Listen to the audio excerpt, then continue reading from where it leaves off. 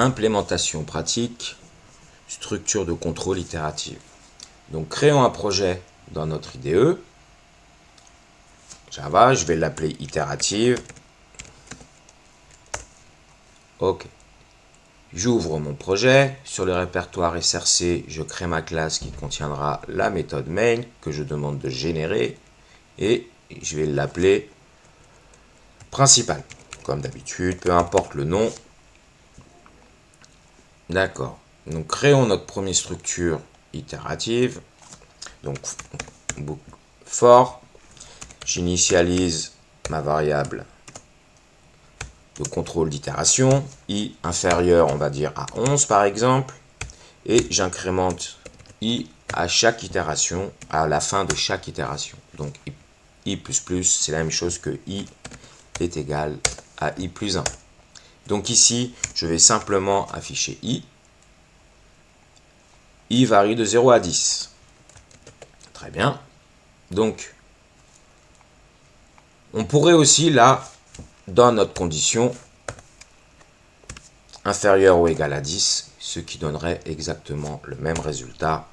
I varie de 0 à 10. Je vais par exemple le faire varier de 1 à 10. D'accord. On a bien ici notre sortie. Alors, affichons par exemple une table de multiplication, la table de multiplication de 5. Donc 5 fois, on ferme la chaîne de caractères, je concatène avec i, je concatène avec le signe égal, et je vais calculer à l'intérieur pour une fois de ma fonction d'affichage 5 fois i, ce qui me donnera bien la table de multiplication de 5. Alors passons à la suite.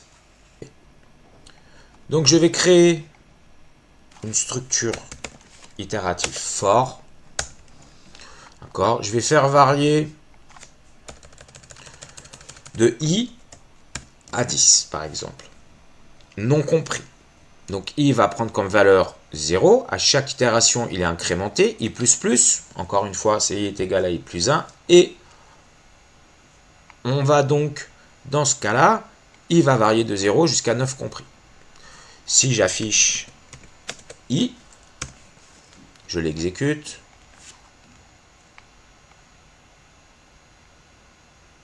Regardons la console et on a bien i varie de 0 à 9.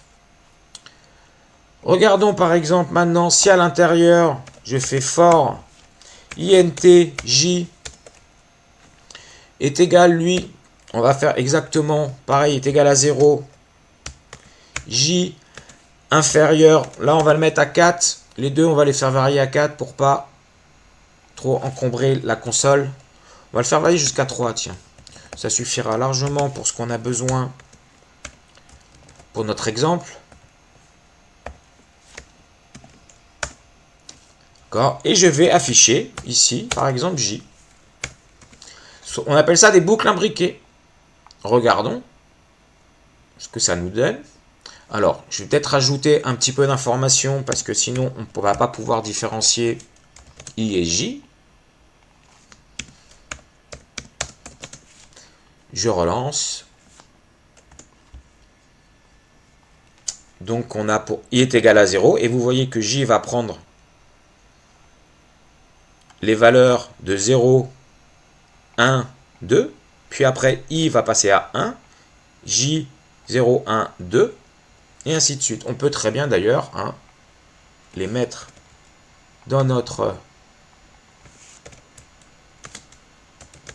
boucle interne. On supprime notre premier affichage et on relance. Et là, pour i égale à 0, on va bien avoir j qui varie de 0 à 2 compris. Pour i égale 1, j varie de 0 à 2 compris, et ainsi de suite. D'accord? Donc, ce qu'il faut bien comprendre en fin de compte, c'est qu'à chaque itération de ma boucle principale, j'exécute ce bloc-là. Donc, à chaque itération,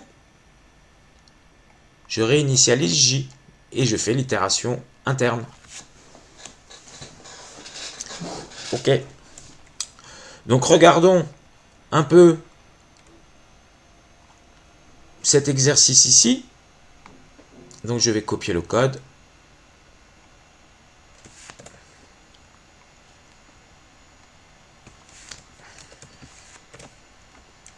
Ok. Là vous voyez, j'ai mes indentations qui sont pas très bien faites. Hein. J'ai du mal à comprendre qui est avec qui. Les indentations servent à ça. Ce que je vais faire, je vais tout sélectionner, CTRL A par exemple. Je vais dans Source et je fais Correct indentation. Et là, l'IDE nous corrige les indentations. D'accord? Donc regardons ici. Table de multiplication, c'est ce qu'on a vu tout à l'heure, c'est-à-dire que J va varier de 1 à 10 compris. On a une incrémentation de J à chaque itération. Pour chaque itération de J, I va varier de 0 à 10. Et on affiche J fois I est égal à J fois I.